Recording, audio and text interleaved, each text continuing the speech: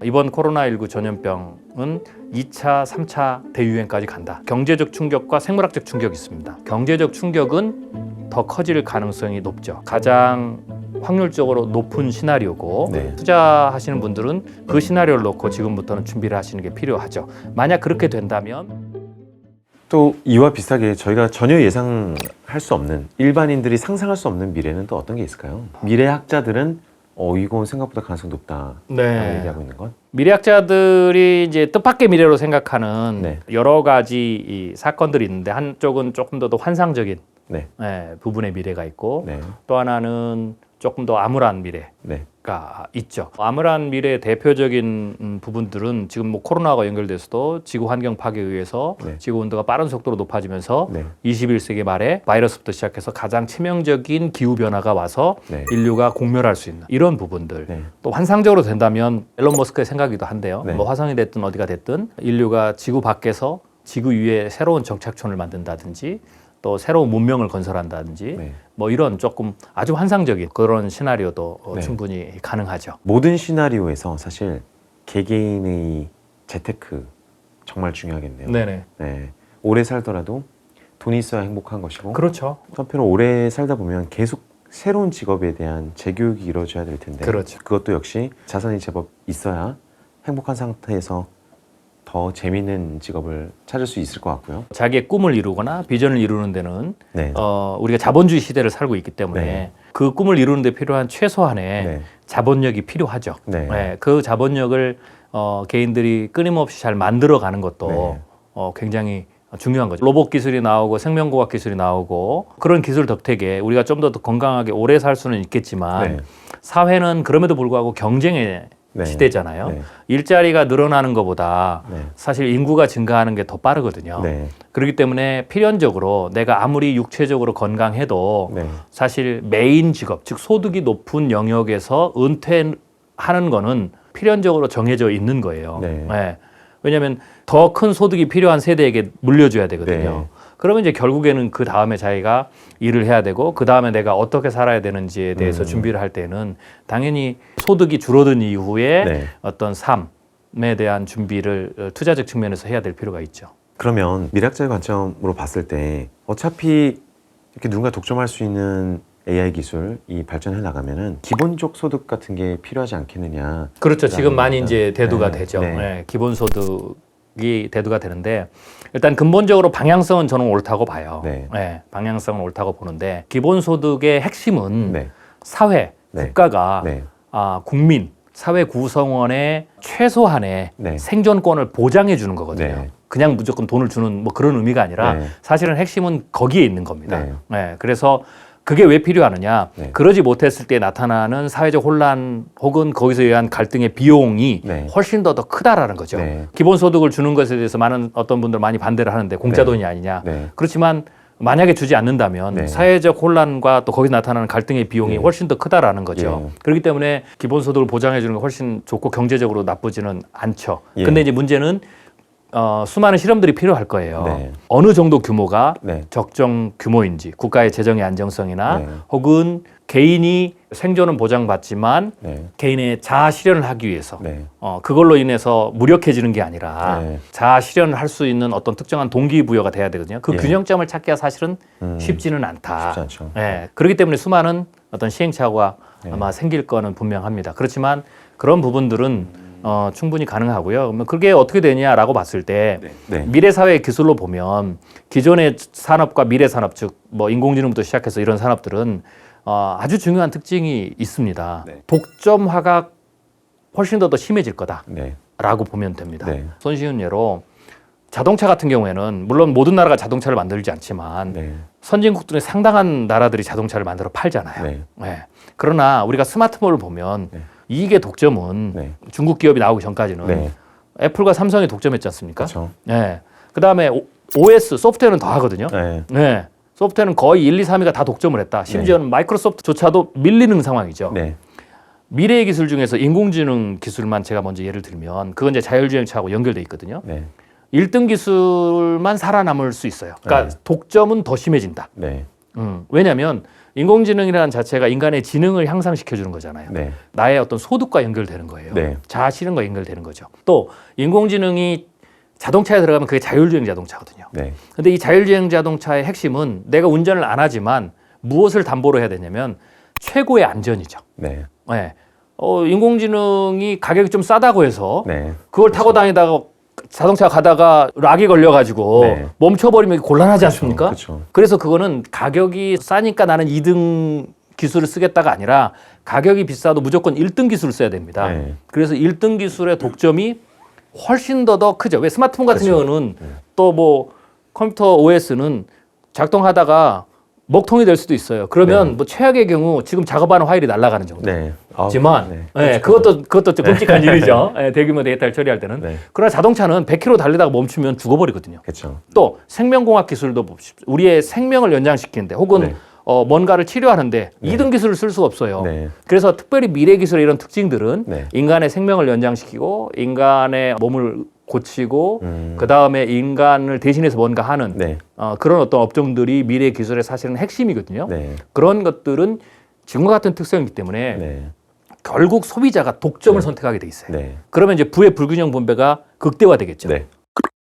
지금처럼 코로나19처럼 이후에도 이제 부의 불균형 분배가 국가별로 개인별로 더 심해지는데 여기에 그렇게 되면 글로벌 1등 기업이 전 세계 시장의 대부분을 차지하게 되겠죠.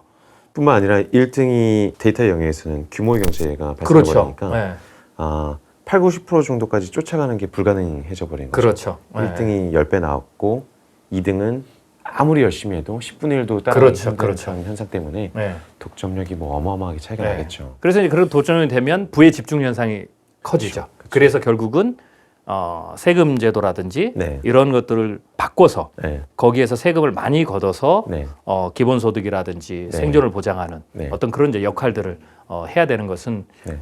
제가 보기에는 필연적인 방향인 것 같아요. 네. 네. 코로나에 대해서 조금만 더 설명해 주신다면 그렇죠. 지금 코로나 사태를 어떻게 바라보고 계신가요? 코로나가 지금 경제에 어떤 영향을 주고 있고 향후에 어떤 시나리오들을 또 생각해 볼 수 있을지 네네. 설명 부탁드립니다. 제가 이제 가장 확률적으로 높은 게 이번 코로나19 전염병은 2차, 3차 대유행까지 간다. 그리고 경제적 충격과 생물학적 충격이 있습니다. 생물학 네. 충격은 이제 확진자가 늘어나고 사망자가 늘어나는 거죠. 네. 그 부분은 현재와 비슷하거나 더 줄일 수도 있겠지만 경제적 충격은 더 커질 가능성이 높죠. 가장 확률적으로 높은 시나리오고 네. 그렇기 때문에 투자하시는 분들은 그 시나리오를 놓고 지금부터는 준비를 하시는 게 필요하죠. 만약 그렇게 된다면 대폭락이 한 번 더 일어날 가능성이 굉장히 높습니다. 최악의 경우는 미국으로 보면 18,000선이 이번에 최저점 떨어졌는데 네. 그 밑으로도 갈 가능성이 네. 있는 거죠. 이게 왜 그러냐? 우리가 이제 역사적 사례를 통해서 패턴을 통해서 봐야 됩니다. 두 가지로 나눠질 수가 있습니다. 인플루엔자가 백신이 이미 개발돼 있거나 네. 혹은 우리의 몸에 면역력이 갖춰진 인플루엔자가 있습니다. 네. 그런 게 있고 백신도 없고 인간의 몸에서 면역력이 생성이 되지 않은 그런 인플루엔자가 있죠. 이걸 이제 신종 인플루엔자라고 그러죠. 네. 그래서 가깝게는 2009년 신종 인플루엔자, 그 다음에 홍콩 독감, 아시아 독감, 그리고 멀리는 1918년, 19년 했던 스페인 독감이 있습니다. 네. 네. 스페인 독감 같은 경우에는 전쟁이란 특별한 상황이 있고 1차 세계대전. 1차 세계대전이라는 지금과는 전혀 수준차가 크게 나는 네. 공중보건이라든지 이런 차이가 있었기 때문에 1,500에서 한 5천만 명이 사망을 했죠. 네. 근데 이제 그 사망자를 제외하면 그 당시가 1918년, 19년 당시가 지금과 비슷한 혹은 20세기 중후반만 되더라도 사망자는 그렇게 안 났을 거예요. 네. 그걸 제외하면 1957년에 했던 아시아 독감하고 1968년에 나왔던 홍콩 독감이 보통 100만에서 150만 정도 네. 사망을 했습니다. 네. 네. 그런 어떤 이제 신종 인플루엔자들은 기본적으로 패턴상, 역사상 3번의 대유행이 기본적인 패턴입니다. 네. 네. 제가 아까 말씀드렸듯이 뭐 투자에도 패턴이 있듯이 세상에 이런 반복적으로 일어나는 경우가 있거든요. 이것도 이치적이기 때문에 3번을 유행을 하는 겁니다. 네. 왜냐하면 새로운 신종 인플루엔자는 네. 백신도 없고 인간의 면역력도 없기 때문에 인플루엔자가 발병을 하게 되면 아무런 이유 없이 갑자기 종식이 되지 않습니다. 네. 네. 이번 사태에서 많은 교훈을 얻었지 않습니까? 네. 그래서 일단 감염자 숫자나 혹은 사망자 숫자는 한국이나 일부 선진국은 1차보다 낮을 가능성이나 혹은 비쌀 가능성이 네. 있어요. 그렇게까지는 충분히 할 수 있다는 거죠. 네. 아마 그리고 그렇게 할 겁니다. 네. 그래서 네. 그 부분에 대한 두려움을 우리가 크게 가질 필요가 없는데 네. 문제는 그렇게 하려면 전제 조건이 반드시 있어요. 동전의 네. 앞뒷면처럼. 네. 백신이 나오지 않는다면 네. 많은 분들이 이제 백신을 기대를 하는데 네. 일단 대부분의 전문가들은 2차 팬데믹 일어나는 9월, 10월 시작하는 네. 그때 백신이 나오기 굉장히 없겠죠. 힘들다. 네. 예, 유일하게 그거를 그 팬데믹 전에 나온다라고 주장하는 분은 트럼프 대통령 한 분뿐이니까요. 네. 예. 그리고 빌 게이츠 박사나 뭐 파우치 소장이나 국내 전문가들이 빨라야 내년 봄. 네. 그러면 2차 유행 끝난 거거든요. 근데 그것도 역사적인 기록입니다. 지금까지 인류의 최단 기록이 4년이거든요. 결국 선택하는 것은 사회적 거리 두기를 네. 2차 유행이 발병 조짐이 쉽게 해서 지금처럼 크진 않았지만 이태원 사태처럼 이게 일어나면 네.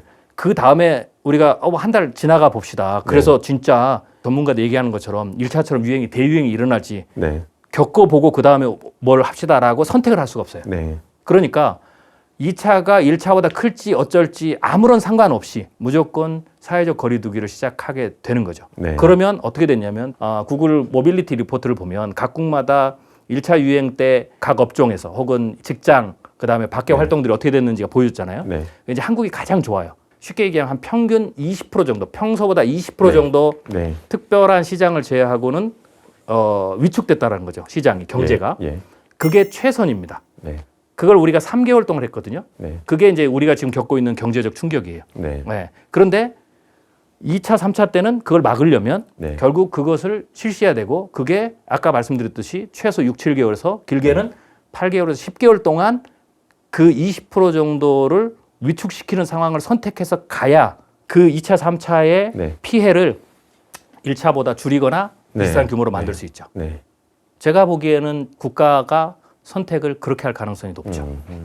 근데 이제 그게 투자 시장에 왜 중요하냐? 1차 때 3개월 동안 그렇게 하면서 네.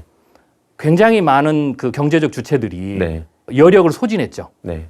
정부가 돈을 밀어넣고 네. 하더라도 네. 이게 3개월이면 끝나면 예. 괜찮은데 다음에 최소 2배 내지 3배 그 기간을 가야 돼요. 네. 그러면 여름에 반짝 뭐 6, 7, 8에 어느 정도 회복을 해서 매출을 하지만 네. 그 다음에 그 기간이 오면 네.